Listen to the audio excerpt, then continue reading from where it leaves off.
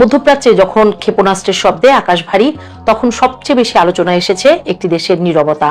বহু বছরের প্রতিদ্বন্দ্বী ইরানের সঙ্গে যুক্তরাষ্ট্রের সংঘাত চরমে উঠলে সৌদি আরবকে সেই পুরনো ভূমিকায় দেখা যায়নি, বরং যুদ্ধের ময়দান থেকে কয়েক কদম দূরে দাঁড়িয়ে এমন এক কূটনৈতিক চাল চালছে যা পুরো মধ্যপ্রাচ্যের শক্তির সমীকরণই বদলে দিতে পারে। একসময় ধারণা করা হয়েছিল সংঘাত শুরু হলে রিয়াদ নিঃসন্দেহে যুক্তরাষ্ট্র ও ইসরায়েলের পাশে দৃঢ়ভাবে দাঁড়াবে, কিন্তু বাস্তবতা হলো সম্পূর্ণ ভিন্ন। সৌদি আরব প্রকাশ্যে উত্তেজনা কমানোর আহ্বান জানিয়েছে, ইরানের সঙ্গে কূটনৈতিক যোগাযোগ অব্যাহত রেখেছে, এমনকি ইরানের সর্বোচ্চ নেতার জানাজায় প্রতিনিধি দলও পাঠিয়েছে। এটি নিছক সৌজন্য নয়, বরং একটি সুপরিকল্পিত কূটনৈতিক বার্তা। সংঘাত নয়, ভারসাম্যই এখন রিয়াদের নতুন নীতি। এই পরিবর্তনের পেছনে সবচেয়ে বড় কারণ নিরাপত্তার নতুন বাস্তবতা। সাম্প্রতিক সংঘাতে স্পষ্ট হয়েছে শুধু ইরানই নয়, তার আঞ্চলিক মিত্ররাও সৌদি আরবের জ্বালানি স্থাপনা ও কৌশলগত অবকাঠামোকে লক্ষ্যবস্তু বানানোর সক্ষমতা রাখে। হরমুজ প্রণালীতে অস্থিরতা দেখা দিলে বিশ্ববাজারে তেলের সরবরাহ যেমন ব্যাহত হতে পারে, তেমনি সৌদি অর্থনীতিও বড় ঝুঁকিতে পড়বে। ফলে যুদ্ধ থেকে রাজনৈতিক লাভের চেয়ে অর্থনৈতিক ক্ষতির আশঙ্কাই এখন রিয়াদের কাছে বেশি গুরুত্বপূর্ণ। আরেকটি বড় উপলব্ধি এসেছে যুক্তরাষ্ট্রের নিরাপত্তা ছাতাকে ঘিরে।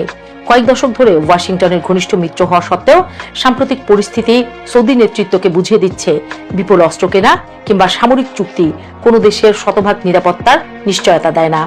আঞ্চলিক যুদ্ধ ছড়িয়ে পড়লে প্রথম আঘাতের মুখে পড়তে পারে সৌদি আরবই।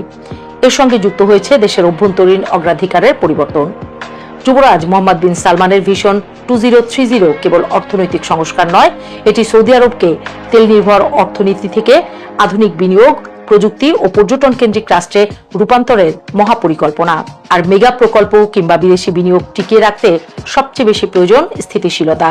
দীর্ঘমেয়াদী যুদ্ধ সেই স্বপ্নকে ধ্বংস করে দিতে পারে। ধর্মীয় নেতৃত্বের বিষয়টিও সমান গুরুত্বপূর্ণ। মক্কা ও মদিনার অভিভাবক হিসেবে সৌদি আরব মুসলিম বিশ্বের বিশেষ মর্যাদা ধরে রেখেছে, কিন্তু সাম্প্রতিক সংঘাতে ইরান নিজেকে পশ্চিমা শক্তির বিরুদ্ধে প্রতিরোধের প্রতীক হিসেবে তুলে ধরতে সক্ষম হয়েছে। ফলে মুসলিম বিশ্বের জনমত আগের মতো একমুখী নয়। এই বাস্তবতায় প্রকাশ্যে ইসরায়েলের ঘনিষ্ঠ মিত্র হয়ে ওঠা সৌদি নেতৃত্বের জন্য রাজনৈতিকভাবে ঝুঁকিপূর্ণ হতে পারে। সব মিলিয়ে রিয়াদের বর্তমান কূটনীতি এক ধরনের সূক্ষ্ম ব্যালেন্সিং অ্যাক্ট। একদিকে যুক্তরাষ্ট্রের ঐতিহ্যগত মিত্র, অন্যদিকে ইরানের সঙ্গে সম্পর্ক পুরোপুরি নষ্ট করতেও অনিচ্ছুক। একই সঙ্গে ভবিষ্যতের সম্ভাব্য সহযোগিতার দরজাও পুরোপুরি বন্ধ করছে না, কারণ তাদের একমাত্র লক্ষ্য জাতীয় স্বার্থ রক্ষা। এই সংকট আরেকটি বিষয় স্পষ্ট করেছে, মধ্যপ্রাচ্যের রাজনীতি আর আগের মতো সাদা কালো নয়। স্থায়ী বন্ধু কিংবা স্থায়ী শত্রুর ধারণা ভেঙে গিয়ে এখন অর্থনীতি, জ্বালানি নিরাপত্তা, বিনিয়োগ এবং অভ্যন্তরীণ স্থিতিশীলতায় রাষ্ট্রগুলোর সিদ্ধান্তের মূল ভিত্তি হয়ে উঠেছে।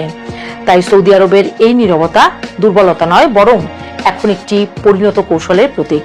রিয়াদ ভালোভাবে বুঝে গেছে আরেকটি বড় যুদ্ধের কোনো প্রকৃত বিজয়ী থাকবে না, তাই তারা বন্দুকের নল নয়, কূটনৈতিক দরজাই খোলা রাখছে।